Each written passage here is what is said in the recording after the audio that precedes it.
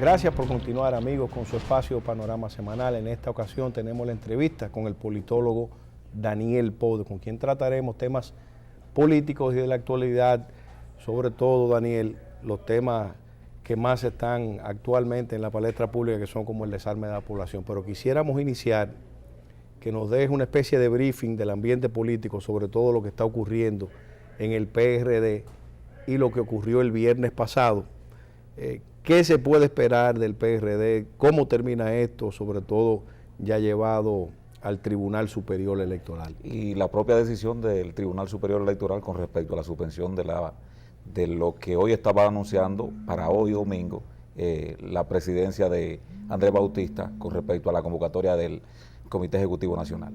Sí, muchas gracias primero por la invitación que de manera tan amable me han extendido para conversar con ustedes en torno a estos temas que son temas 1A en la agenda nacional.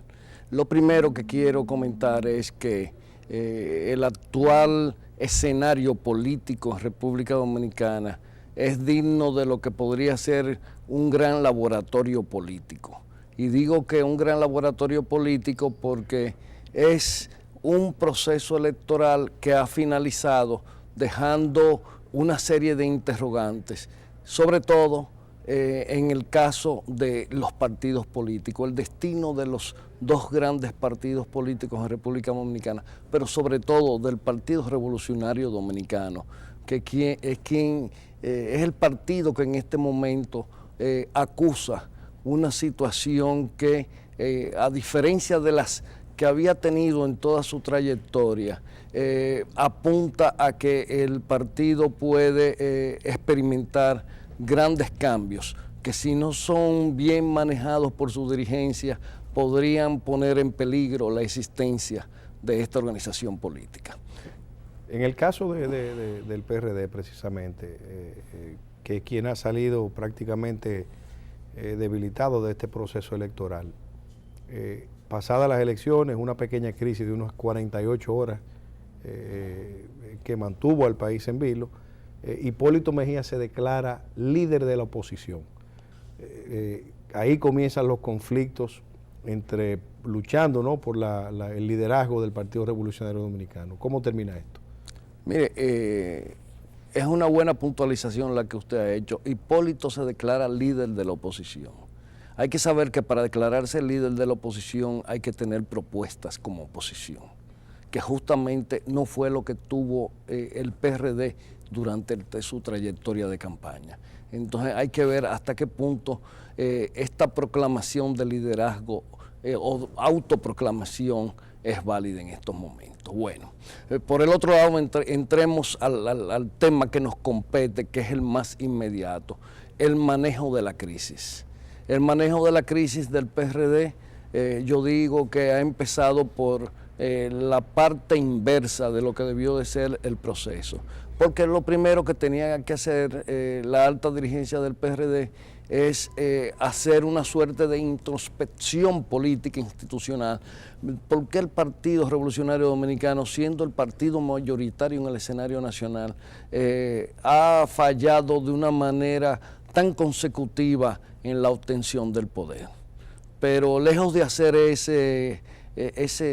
esa gran introspección, el PRD lo que hace ahora es que produce dos facciones que están enfrentadas entre sí de una manera, diría, casi voraz y sin tregua, y han llevado al plano jurídico este enfrentamiento que a todas luces parece que va a definir dos bandos bien establecidos en el escenario político.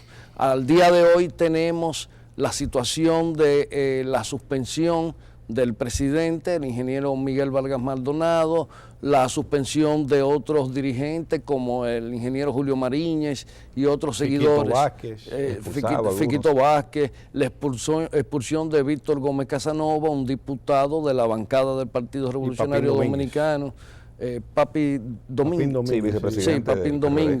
Entonces, sí, esto indiscutiblemente que está dando señales negativas. y está dando señales negativas porque está planteando posturas irreconciliables dentro del partido. En tanto y cuanto los asuntos del PRD se dirimen dentro del PRD, pero escuchaba el viernes decir al presidente en funciones, Andrés Bautista, decir que independientemente de la decisión que tomara el Tribunal Superior Electoral, ellos iban a hacer la convocatoria del Comité Ejecutivo Nacional. Es decir, ellos están planteando el desconocimiento de un órgano que está creado por la Constitución y que podría traspasar lo que son los linderos del PRD y llevarlo a una situación de violentamiento del orden constitucional en ese aspecto. O sea, ¿cuál es su visión al respecto? Porque ya no estamos hablando de utilizar los parámetros o los canales normales para dirimir situaciones. Sí, justamente esa tarde del viernes, con tanta efervescencia política dentro de algunos medios de comunicación que responden a las directrices del ingeniero, a la facción del ingeniero Hipólito Mejía, vemos cómo el presidente en funciones del PRD prácticamente se declara en desobediencia frente a las instancias institucionales del Estado, acusándola de vicios de conformación y de vicios de posiciones en términos jurídicos, y convoca al CEN, al Comité Ejecutivo Nacional, de su sector, para que sea el CEN quien tome las decisiones, podríamos decir, de condena, de sanciones a lo que respecta al sector del ingeniero Miguel Vargas Maldonado. Esto realmente no ofrece una buena perspectiva, porque podríamos encontrarnos en un escenario donde haya una facción disidente, ¿verdad?, que no tenga ningún sustento institucional ni constitucional, y una facción que va a estar amparada por la determinación de un tribunal de la calidad del que le compete tomar esas decisiones. ¿Usted se recuerda del concordazo? Correcto. Eso precisamente lo provocó el PRD en el Dominican Concord. En el Dominican Concord. ¿Esto se parece al concordazo? Pero lo mismo, las mismas pugnas de intereses, diferentes grupos. Es la misma pugna, pero en aquella época los referentes institucionales eran más autónomos, estaban más desdibujados sobre lo que es el ámbito de la legitimidad que se requiere y sobre la cual se actúa hoy en día. En el momento actual no tenemos un escenario tan espontáneo ni tan difuso como en aquel momento. En aquel momento las vías de hecho eran más que nada las vías a ejecutar y a tomar en cuenta.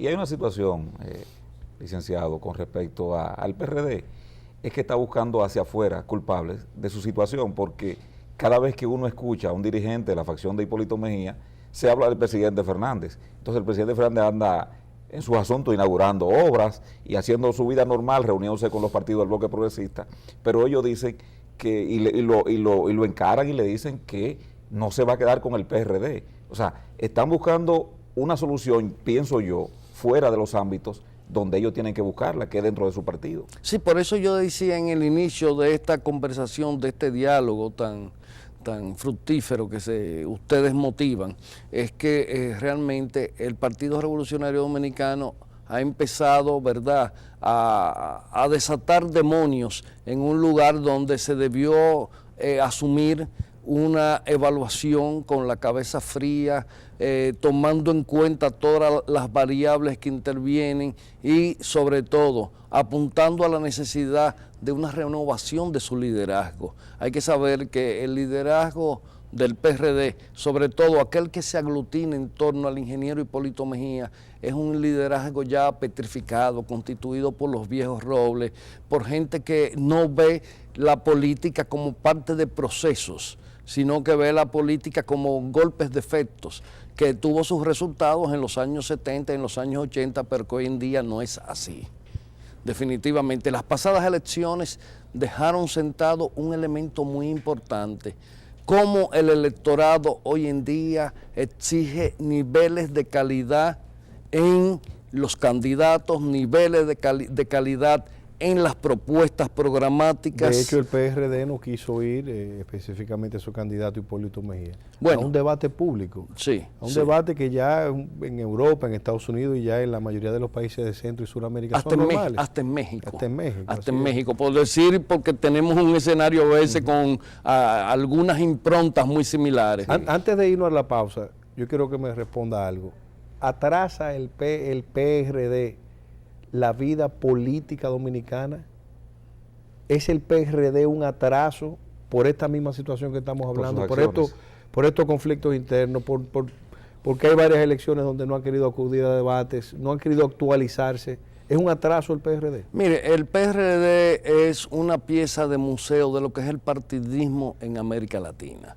Y digo que es una pieza de museo porque es esa magnífica estructura partidaria que se motiva, se encamina en sus rumbos, más que por propuestas, más que por realmente tener estrategias de políticas públicas definidas, se enrumba por sentimientos, por tradiciones, por vínculos primarios. Y realmente, mientras existe el PRD en República Dominicana, va a producirse una situación muy difícil para que pueda existir una tercera fuerza moderna y modernizante. A mí me decía un PRDista, perdóname Ariel, esta semana que bajé a Jaina, donde reside mi madre, y me decía él que es una de las herencias que le dejó su padre, y decía, es que yo lo llevo en la sangre, es una vaina de partido, me decía, pero no hay forma de yo quitármelo de arriba. Correcto. Sí, sí. Daniel, cuando regresemos de la pausa, queremos hablar un poco de seguridad ciudadana y el tema que está en boga ahora, el desarme de la población. No se muevan de su pantalla y en breve regresamos con Daniel Poe.